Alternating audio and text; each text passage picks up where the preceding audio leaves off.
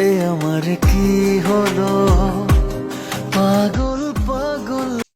সাম্প্রতিক সময়ের আলোচিত সিনেমা দেয়ালের দেশ, প্রহেলিকা এর মতো একের পর এক কাজ করে নিজের অভিনয় সত্তা বারংবার প্রমাণ দিয়েছেন চিত্রনায়িকা শবনম বুবলী।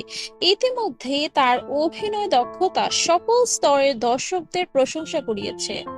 একদিকে যেমন কমার্শিয়াল সিনেমায় কাজ করেছেন, অন্যদিকে গল্প নির্ভর সিনেমায়ও রাখছেন দুর্দান্ত ভূমিকা। তাছাড়া এই নায়িকার মডেলিংয়েও রয়েছে সরব উপস্থিতি।